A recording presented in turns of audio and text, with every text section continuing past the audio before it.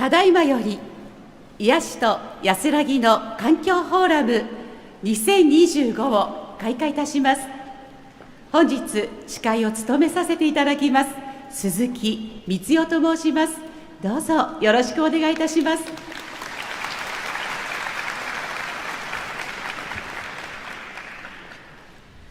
当フォーラムは2000年に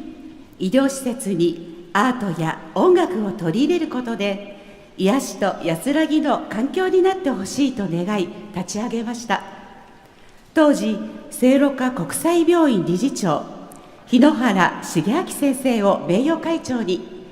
20名のメンバーとともに活動を開始し、医療機関を検証する癒しと安らぎの環境省を創設いたしました。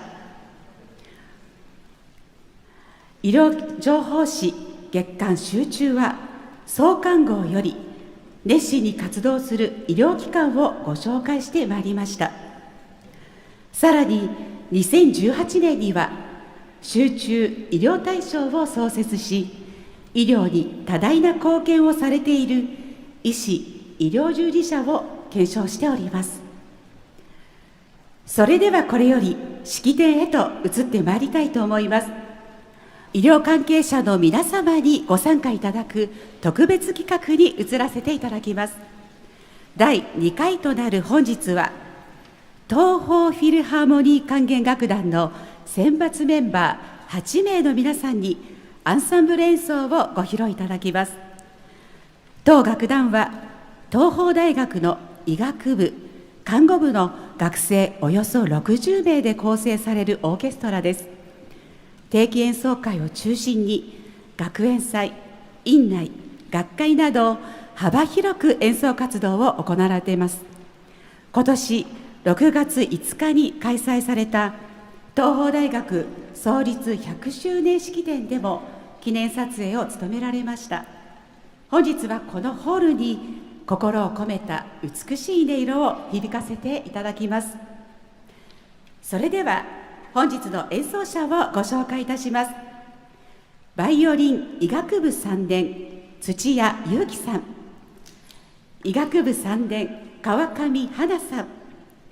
医学部2年松岡綾乃さん、医学部4年上原芽衣さん、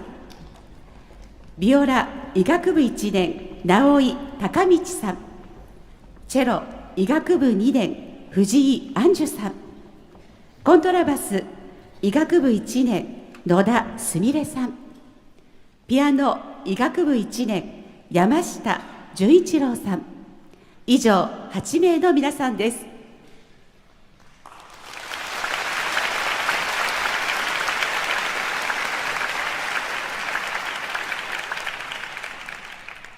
それではバッハ作曲2つのバイオリンのための協奏曲二単調104より2楽章、カンカータ147番より第10曲主よ人の望みの喜びを2曲続けてお聴きください。どうぞよろしくお願いいたします。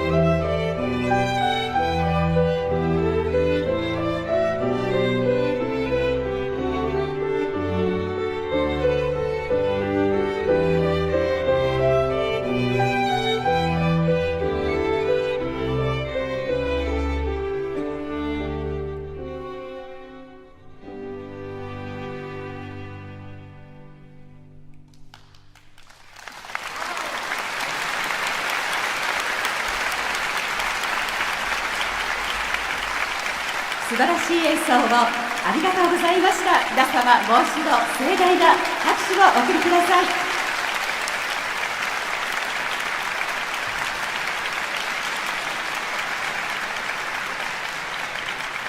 東宝フィルハーモニー管弦楽団の選抜メンバー8名の皆様に素晴らしい演奏を届けていただきました。